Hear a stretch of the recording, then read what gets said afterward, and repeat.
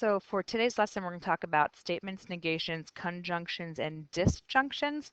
And basically, a statement is any sentence that is either true or false, but of course it can't be both. Whether you're true or false, whatever that is, that statement happens to be called the truth value. So the truth value of a statement is true, or the truth value of a statement is false. Determine the truth value for the following statements. The diagonals of a rectangle are congruent. You might not know this now, but when we get into the quadrilateral section, you will learn that this is in fact true. If a triangle is isosceles, then its base angles are congruent. This is something that if you haven't learned in the past, isosceles triangles has two sides the same and the angles opposite those, which are called base angles, happen to be congruent as well, which just means equal in measure. All rectangles are squares?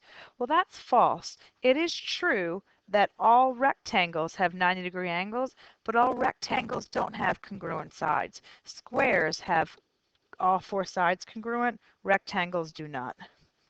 So I'm putting not all four sides, and this symbol right here stands for congruent. So these are the truth values. Number 1 is true, number 2 is true, number 3 is false. Negations. So the negation of a statement is the opposite of the original statement. Okay, an opposite doesn't mean like if I were to say up, you were to say down, or if someone said black, you would say white. It doesn't mean that way in terms of negation. Negation basically is either inserting or taking out the word not. Okay, and we'll talk about that in a few seconds. The symbol for negation is just one little squiggly line. So if you were to write the negation of the following statements and then determine the truth value of both the original and its negation, here's how it's going to go. If we were to say today is not Saturday, then the negation of that would be just to take out the word not, and you would say today is Saturday. Well, if we talk about the truth value then of the original statement, right now I'm doing this video on a Tuesday. So today is not Saturday. The truth value of that is true because it's not. It happens to be a Tuesday.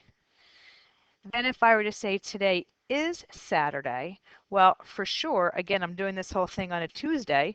It's not Saturday, so that truth value is going to be false. Here's the next one. There are 100 centimeters in a meter. So hopefully you know something about converting the metric system. And it turns out that, well, this is what I had learned a while ago, but someone said King Henry died Monday drinking chocolate milk, this being the basic unit of measure. So this is my meters. So if I've got 1 meter and this is my centimeters and I want to move over to centimeters, then I would multiply this thing or just move my decimal place over 2 places. So it would actually be 100. So there are 100 centimeters in 1 meter. This happens to be true. And then if I wanted to now do the negation of this statement, I would say there are not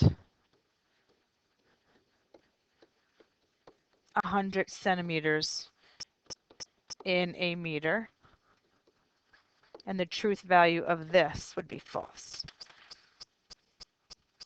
Another one, a line contains at least 2 points.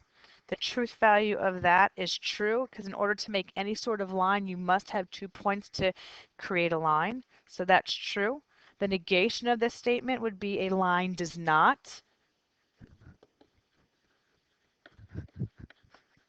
contain at least 2 points. And then this one right here is going to be false. So of course what you are noticing is that if you have, I had to make this a big page. I'm not sure how to do a full screen. Is this full screen? No. I got to figure that out on this particular one. So basically what it's saying here is that if you have an original statement, then the negation of that statement, one has to be true, one has to be false. Remember, you can't be both. So something's going to be true, something's going to be false. Compound statement. That's a statement that's formed when two statements are connected by either the word and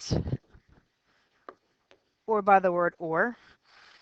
So when we talk about compound statements, we can look at stuff like this and actually talk about conjunctions and disjunctions. So conjunction happens to be the compound statement that uses the word and.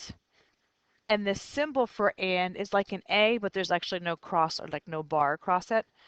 So if you're given these two sentences, supplementary angles add to 180, that's your P sentence, and your Q sentence says a midpoint bisects a segment. If you wanted to write the conjunction of P and Q in words, so symbolically you would write P and Q, but in words you would say supplementary angles add to 180 degrees and a midpoint bisects a segment.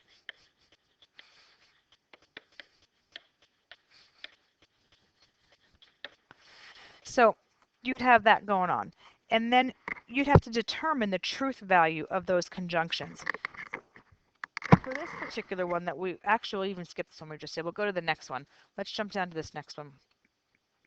So determine that if the following conjunctions are true. Perpendicular lines form obtuse angles and all right angles are 90 degrees. Well, hopefully you know something about these types of geometric sentences. The first one is perpendicular lines form obtuse angles. And that actually is false because perpendicular lines don't form obtuse angles, they form right angles. Here's that word and, here's that symbol. All right angles are 90 degrees. And hopefully you know that that is true. Well, if I want to have an and sentence and I'm saying perpendicular lines form obtuse angles false and right angles are 90 degrees true, the whole sentence, because there's one false, has to be false. The only way for a conjunction to be true is if both things are true. So the whole thing is false. Each piece, one was false, one was true, but the whole thing together ends up being false. This one, an angle is formed by two rays that share a common endpoint, and an isosceles triangle has at least two congruent sides. Well, hopefully you know that an angle is formed by two rays that have a common endpoint. So the first part of it is true. And, right, because here is your conjunction here, an isosceles triangle has at least two congruent sides. That is also true.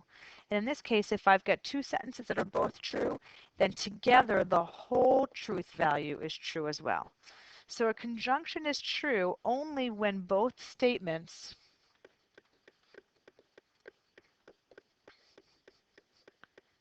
are true.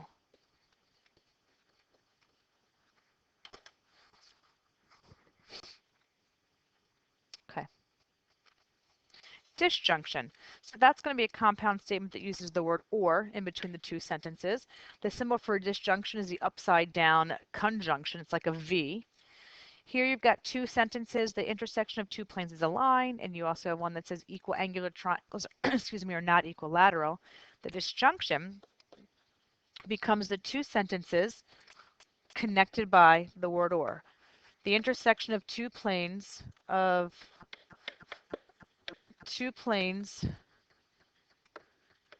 is a line or equal angular triangles. I'm just doing abbreviations right now because I'm going to run out of room. Are not equilateral. Okay, so there is your disjunction. You've got two sentences connected by the word or. Determine if these disjunctions are true or not. Two congruent figures do not have equal areas, or through any three non-collinear points, there is exactly one line. So here again are some things that you definitely would need to know about geometry. When we give you one of these things on a test, we'll make sure that you know all these particular answers, or you will have learned them at least. So congruent figures must do not have equal areas. They must have equal areas. So the fact that it says congruent figures do not have equal areas, that's a false, because we know that they do. And then through any three non-collinear points, there is exactly one plane. I know this happens to be true. So the fact that I've got this whole compound where I've got a false or true, well, the fact that one of the things is true, the whole statement has to be true. If we take a look at this next one, the diagonals of a rhombus are congruent. And again, these are things that you're going to learn in the future, but they're not necessarily things that you might know now, actually, which is good. Diagonals of a rhombus are congruent. That's false.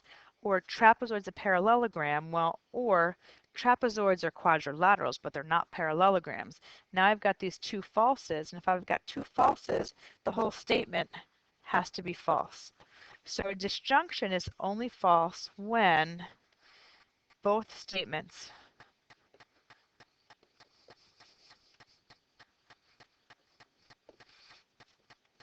are false.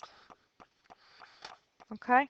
So at this point, what you need to be able to do now is start working on the homework, and you need to be able to determine whether the compound statements, conjunctions, disjunctions, whether they're true or not. And again, remember the rules for when things are true and when things are not true. Okay, so hopefully you're all set. Good luck on your homework.